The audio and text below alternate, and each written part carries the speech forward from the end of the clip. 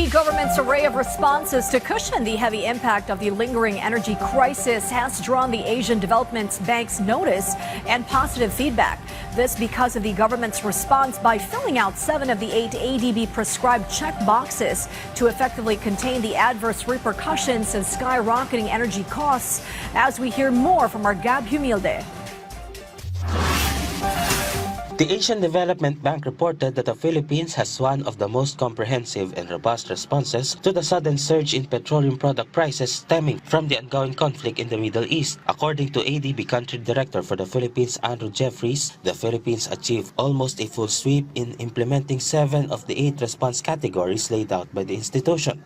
These categories include fuel subsidies, targeted assistance, staggered oil price hikes, demand reduction, supply-side actions, and energy diversification measures. The Philippines was only one of the only 2 countries, alongside India, that adopted measures to diversify fuel sources. The report released this April also highlights the Uplift program of President Ferdinand R. Marcos Jr.'s administration, whose whole-of-government approach is crucial in preventing the type of economic paralysis experienced by other oil importing nations. This is an external shock.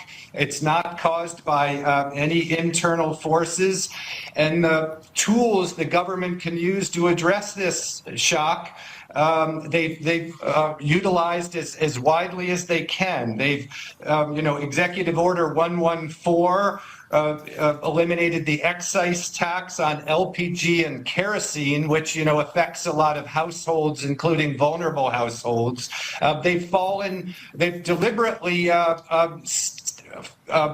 not extended that to other fuel subsidies because this is a balancing act and a trade-off between maintaining government finances and maintaining government debt levels, but also trying to alleviate the pain to the vulnerable groups and to the economy. While the proactive measures implemented by the government to address the crisis remain effective, the government is also focused on long-term solutions such as promoting renewable energy and modernizing public transportation in the country. So I think the way to look at this is they're doing what they can for the short term with diversifying existing supply and curbing demand, and they're doing what's possible in the medium and longer term by promoting private investment in diversified energy sources, including renewable energy.